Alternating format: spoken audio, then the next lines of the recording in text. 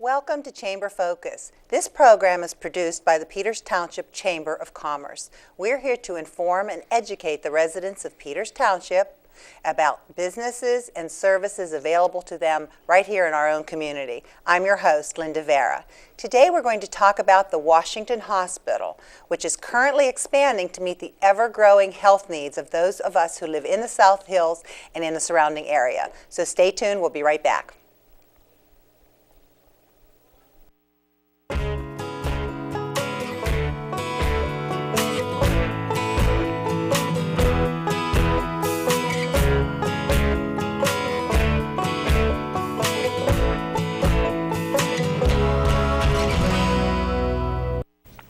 Today our guests in Chamber Focus are Telford Thomas, who is the President and CEO of the Washington Hospital, and Dr. David Fuchs, MD, who is the Medical Director of the Washington Hospital Emergency Room, Emergency Services. Correct. Okay. Thank you both gentlemen for coming to help us out with our program today. We really look forward to highlighting the Washington Hospital because you're very good neighbors. Thank you for inviting us. Wow, it's a pleasure. Appreciate the opportunity. We want to talk about when we start, I think to start out the show is, first of all, we'd like to talk a little bit about what's going on at the Washington Hospital, Mr. Thomas. I hear rumor that there's a lot of expansion. There is a lot of expansion, planned expansion, and a lot of growth in what our services are that we offer the community. We, as you stated, we are a neighbor. We've been in Peters Township with some of our satellite facilities for quite a while now. And, well, actually, a number of our physicians, medical staff members, and employees live in Peters Township. And we are a community hospital. So that makes us different than a lot of other institutions that may be medical centers, such as university centers and so forth. The people we serve, our patients, our neighbors, our friends, and our families. So there is a commitment to meeting the needs of the community in healthcare, and we're certainly here to do that. Well, we all know the growth that seems to be happening right now is not so much in Allegheny County, but Washington County. They're seeing tremendous amounts of people moving into the south of Pittsburgh. And I would assume you're feeling that kind of pinch to provide additional care. We are, and what is different here is that in Washington County, certainly with the lower tax base than Allegheny County, we have a number of people moving in. A lot of housing development actually between the Allegheny County line south and Washington, PA. A lot of development there in the way of retail and industry that in my 36 to 40 years in Washington, I've never seen such a development, which is very encouraging. It's time. Yes. And we're seeing with Washington County about 18% of our population is 65 or older. Is that all? 18% is 65 or older. That seems opposite of what you hear in Allegheny County, where the bigger portion of the population is over 65. Well, you have that, but when you look at Florida, California, they're 17 up to 20%. So those are the retirement areas. So we are one of the higher areas as far as population over 65. Projection is by the 2010 census that it will be up 22%. Oh. Okay. So, and as I think most of us know, that's other than having babies and some trauma and so forth, that is mainly the population that uses health care and needs it. Yes, yeah. We have some graphics up here behind you. Would you like to show us a little bit, if you want to turn your chair around to make yourself comfortable?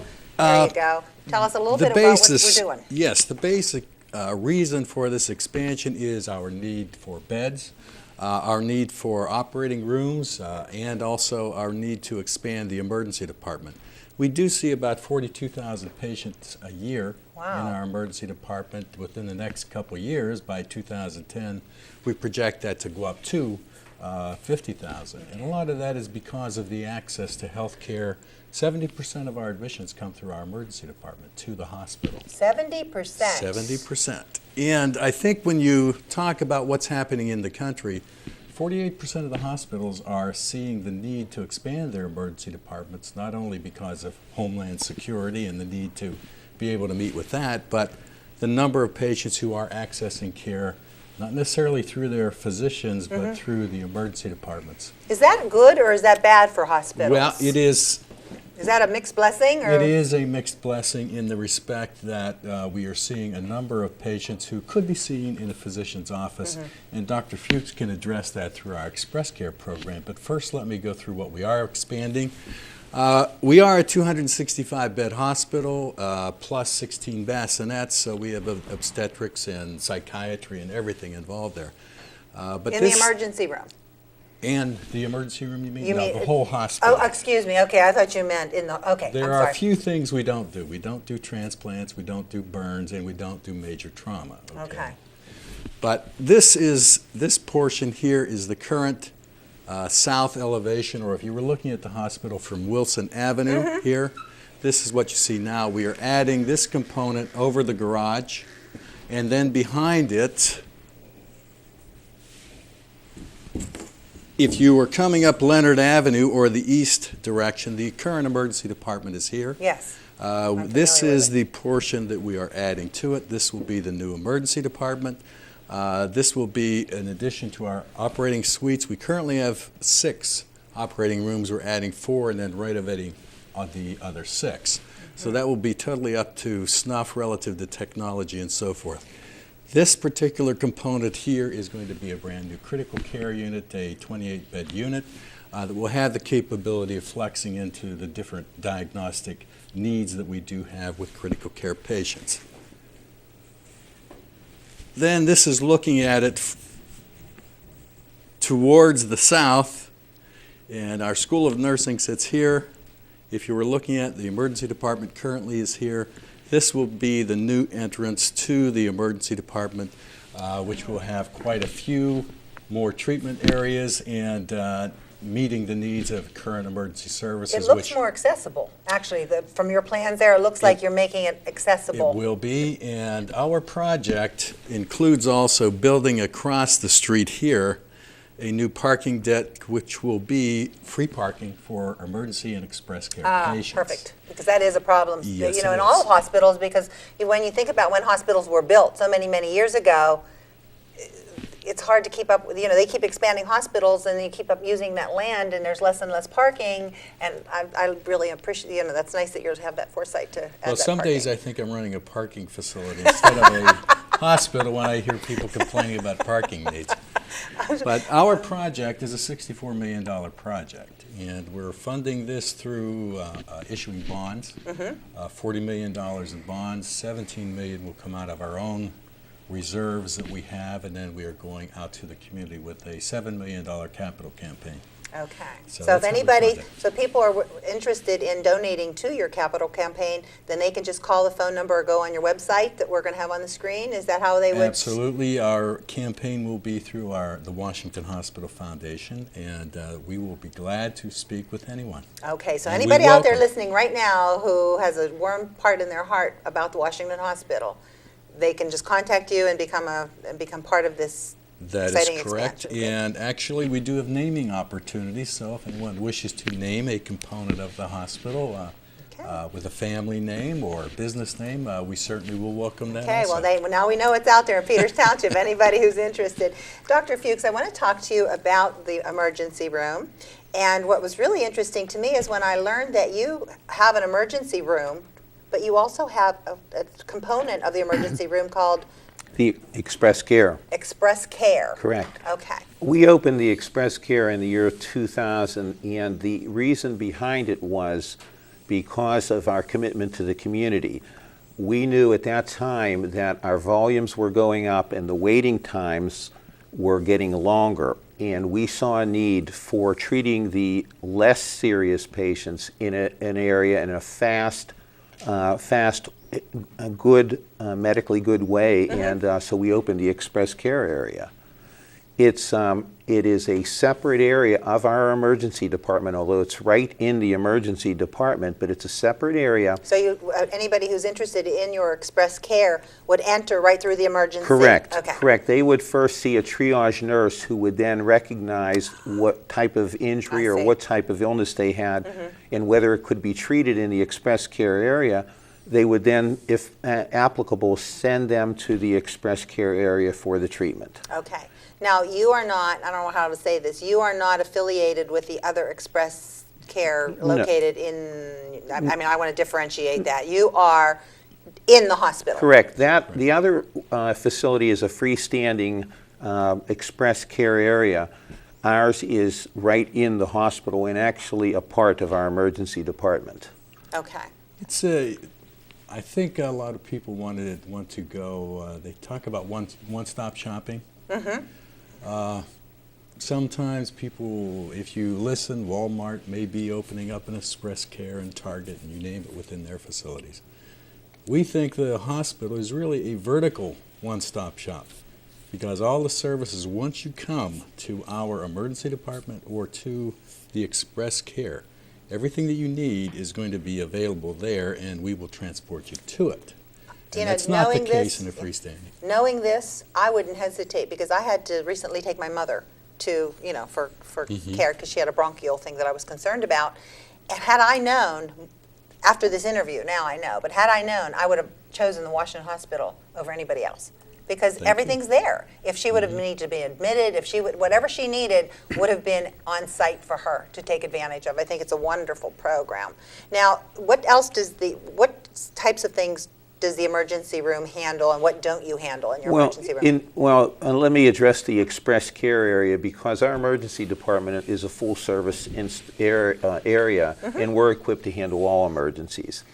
But express care was devised strictly for less acute things, such as sprains and strains, ankle injuries, minor fractures, lacerations, things such as asthma attacks, urinary infections, all those things, and back pain, which is a very common complaint for patients presenting to the emergency department, all of which can be handled in our express care area and in a rapid way. In fact, let me just address something about the time. And we set a goal of 90-minute turnaround time. That is, from the time you enter the front doors of our emergency department for an express care complaint, that we get you out within 90 minutes. And in fact, we have exceeded that goal. We're down to 88 minutes. And so it's actually... But who's counting, right? met our expectations. And I think the community is very satisfied with that facility. It's helped a lot, and just so that the minor things can be treated.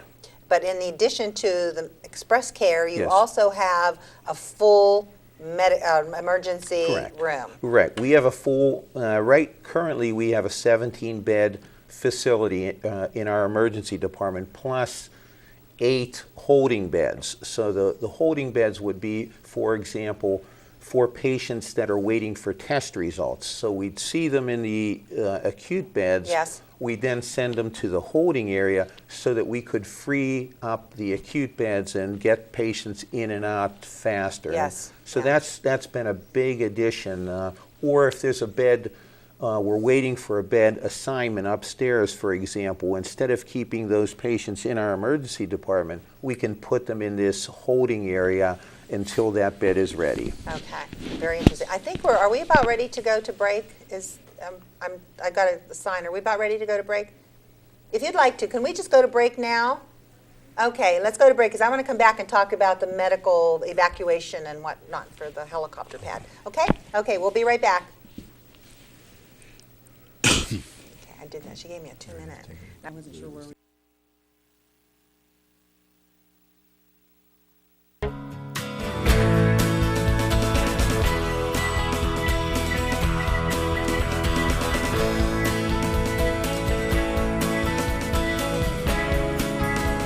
Against arthritis isn't a walk in the park, but it's a start.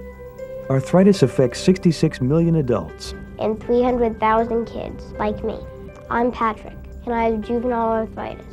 Walking for me can be a struggle, but I don't have to walk alone. Join an arthritis walk team in your community today to help the Arthritis Foundation improve lives and find a cure. For more information, visit arthritis.org. Do you think you'd notice if you were missing half of your money, or half of your friends, your better half, your half and half? What if you were missing half of your kidney function? You'd think you'd notice, but you could have chronic kidney disease right now and not even know it. According to the National Kidney Foundation, 20 million people have chronic kidney disease, and 20 million more may be at risk and not even know it. Chronic kidney disease is a growing epidemic. Anyone with high blood pressure, diabetes, or a family history of chronic kidney disease is at risk. Certain ethnic groups are at an even higher risk. Early diagnosis and treatment of this disease and its complications are vitally important. To get the whole story on chronic kidney disease, talk to your doctor and visit the National Kidney Foundation at kidney.org or call 1-800-622-9010 for a free brochure. Because when it comes to chronic kidney disease, you might not know the half of it. So, you feel tired? You've put on some weight? Your joints hurt? Well, you're getting older. But there's some simple things we can do to keep you happy and healthy for years to come.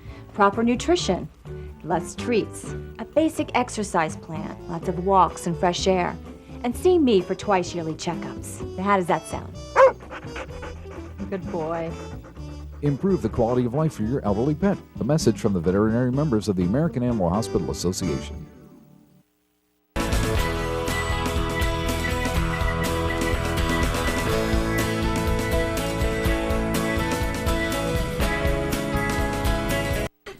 Hi, welcome back to Chamber Focus. Our guests today are from the Washington Hospital in Washington, PA, Mr. Telford Thomas, the CEO and president of the hospital, and Dr. David Fuchs, who is the director of the medical director of the emergency center at the hospital. And before we went to break, and I cut for break because I wanted to come back and talk a little more about the emergency room with you, Dr. Fuchs, about the trauma care and how that is handled at the Washington Hospital. One of the advantages that we have at the hospital is having the helicopter, Stat Medevac, as a matter of fact, on our roof. And what that enables us to do, since we are a community hospital and do not handle major trauma, if a patient presents to our department with a major trauma injury, then we're able to easily access that helicopter and get them to the trauma center, whether it's UPMC, whether it's West Penn Allegheny, and we use that quite frequently. That's good to know, that people know that they have that service so close to home, that they have access in a dire emergency to have expert trauma care. Correct. The significant thing there is that there is an elevator that's dedicated, goes right from the emergency department to the heliport, which is on the 9th floor, really. Okay, so that's not it's an more elevator than on that the somebody roof, has yeah. to. That's not an elevator somebody has to wait for and push the No, button they and can wait call for. it. They can call it, key Very call it, good. and get directly there. Okay. And the team is based, they have an apartment on our 8th floor for Stat Medevac, so they're there all the time. Oh, so it's So, staffed all the time. Correct. It's very nice information for our community to know about.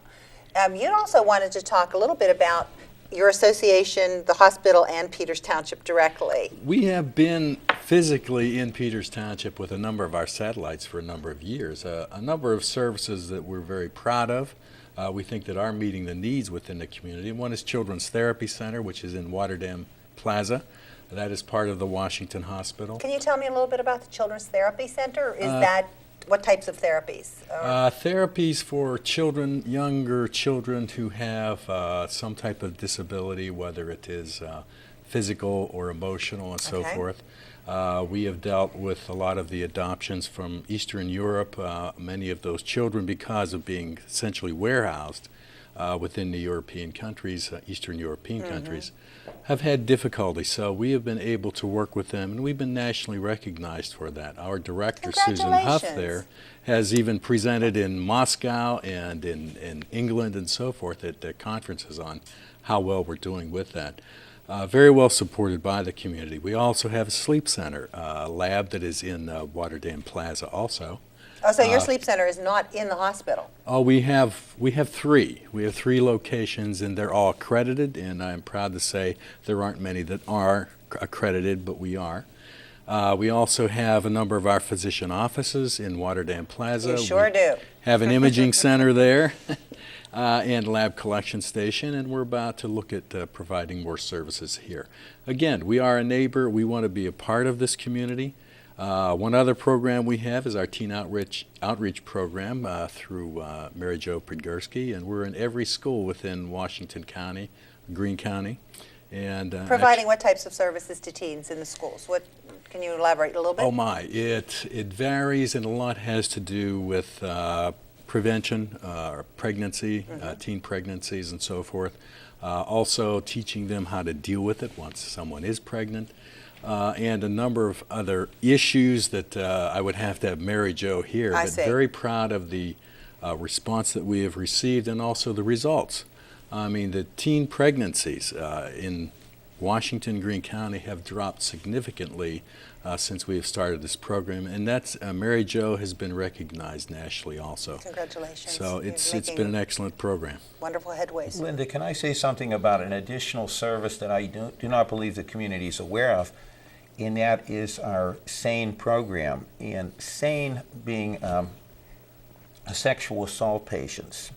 And we have a special program with highly trained individuals. We started this program about 3.5 years ago. Okay. And it's provided a big service for Washington County. Prior to that, a lot of patients were sent to Allegheny County, especially the pediatric population, and for sexual assault cases, they now come to our hospital, and we have the ability to treat them and to organize all the needed care around that. That is known as our SANE program. S-A-N-E. S-A-N-E. N-E, S-A-N-E. Right. And SANE. any of these programs that anyone watching this program now, if they want to access this, they can find that just by making a telephone call to you directly? Yes. And Correct. Anybody answering the phone would know exactly where to direct them Correct. with these programs. Right. And those patients actually come in through our emergency department, and they're recognized right away, and we mobilize what we have to do to get the program in action. I see. It was a program that Dr. Fuchs and Catherine Dames, our one of our SANE's nurses, presented, and also the police and the county agencies, saying we have this need because we have to transport these children into Pittsburgh. I thought it was something that would be very minimally utilized, and to my dismay, I was going to say dismay. I am surprised the number of children that are sexually abused and so forth that I never knew of before. And it is a shame. Yes, it is. Yes, it is. I know, too, you're making great headways, and you really have a reputation with your heart program, your cardiac, I guess would be the word, program. Yes. Would you like to tell us about your cardiac program and where you... Yes, our cardiac program has been in effect for, I think it's 8 years at least, and we have the ability with a 24-hour cath lab. That is, if somebody comes into our department with a heart attack at any hour of the day, we can get them to our cath lab and open up their blood vessels. And that is something we are very proud of, and we do very well. We have a great team of cardiologists on our staff.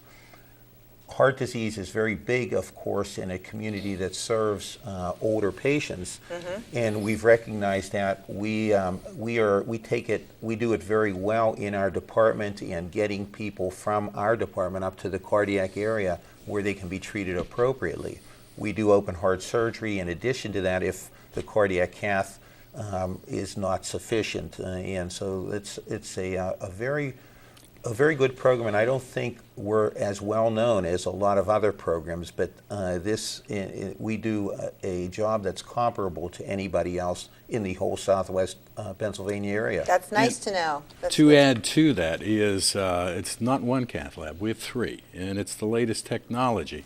Actually, we are a beta site for the implementation of tying in software-wise our cath lab, the images, the non-interventional lab, which would be treadmills, you name it, ultrasound and so forth, into information systems wide, one screen, so that a cardiologist doing the interventional work, whether it's a stent or a cath, can pull up on the screen in front of him the results of all of those tests.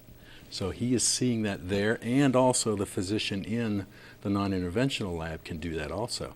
So we're bringing all that information to them, and that's a lot of our information systems. 96% of our medical record is on the computer.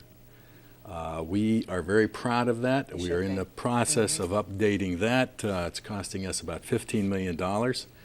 And also we've gone to barcoding for medications. Our objectives. Yes, I'd read that on these notes here that you are barcoding prescription drugs, but the thing is that you have one of the best records. Yes, medication errors. Medication errors is one of the lowest. That's right, and I will match it with anybody. I will Good say for we're you. lower. That's right. Also with infections too. So you have a really good record with infection. Oh, that's yes. very, very important. We have a responsibility, and my emphasis at the beginning was our objective is to do the right thing, because it could well be me there. Good point. Or it could be, what else could be more self-interest, to do the best we can to reduce errors, increase quality, and that is our commitment really to the community, not just building bricks and mortar and so forth. It's the process of improving everything we do so that errors are not made. But we are humans. We're dealing with humans. That's right. And the fact that we're still not going to accept the fact that errors will occur. Yes. Our intent is to reduce everything that we can. I don't want to expound on this too much, but I know that you are truly an independent community hospital. Yes. Although you have some affiliation both with West Penn Allegheny General and also with UPMC Medical Centers. Correct. So you have staff. I know my husband's physicians, although they're out of Allegheny General Hospital, also are on staff at Washington Hospital. Correct. So you really do bring the city to Washington County. Yes, and excellent physicians. 96% of our medical staff are board certified, which is also a measure of quality. The fact that they keep updating themselves, continuing education and so forth, so that we're trying to use the latest technology and techniques and diagnostic capabilities. I know that it probably is not real important, but I know when just looking at the notes that I had here, the wellness program for your employees, you really are putting yourself out there. We are, and some would say that's kind of contradictory. We're trying to keep patients out of the hospital. It's not. We have a health and wellness Even institute. though they're your employees. That's you correct. Well, with our employees, certainly we are an employer and also a healthcare provider, so we do pay healthcare premiums. And what we have done is implemented health risk assessments for all of our employees. This is all voluntary. And we've had a 48% participation by our employees. Wonderful. Identifying those who need counseling on nutrition, exercise, you name it, and their propensity towards any particular So it's a good place to work. Not only a good place to work. receive medical care, but a good place to work. We're down to under 30 seconds here. Is there anything you'd like to add to the community in Peters Township to promote your hospital? If I might say this, Linda, is that most of our staff, including the doctors and the nursing staff and other staff members, are residents of the Washington County area. And as a result, they feel a commitment to the community because, again, I live right near the hospital. I see people every day, and I think everybody feels that way. So they feel that they're treating. It could be them, it could be their neighbors, Yes, etc. yes. And so, therefore, I think the attitude at our hospital is a little different than you find at other facilities. That's the impression I've always gotten. Thank you. Yeah, thank you. Well, thank you Thank both. you, I'm Linda. sorry we ran out of time. This was very interesting. If anybody needs information about the Washington Hospital or has a medical need, they should just call or go on your website. And we will be glad to come to any organization and present on anything occupational medicine, employee wellness programs, you name it. Good. Thank you for the offer, and thank you for joining us for Chamber Focus, and we look forward to seeing you next time. Thank you. Thank you.